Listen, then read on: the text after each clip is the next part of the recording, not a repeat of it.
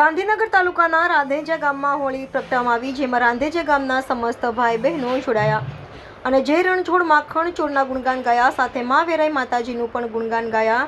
જે હોળી પ્રગટાવવામાં આવી તેમાં વેરાઈ માતાજી ચોકમાં તેની સામે પ્રગટાવવામાં આવી. આ હોળીમાં ભક્તજનો હોળીમાનું નામ દઈને અટા મારશે, પાણીની ધાર કરશે, ગોળ ફરતા કોઈ ધાણી નાખશે, કોઈ શ્રીફળ મૂકશે, હોળીમાં શાના પણ મૂકશે. પછી હોળીમાં સળગેલા છાણા ઘરે લઈ જઈ ઘરમાં ફેરવે છે.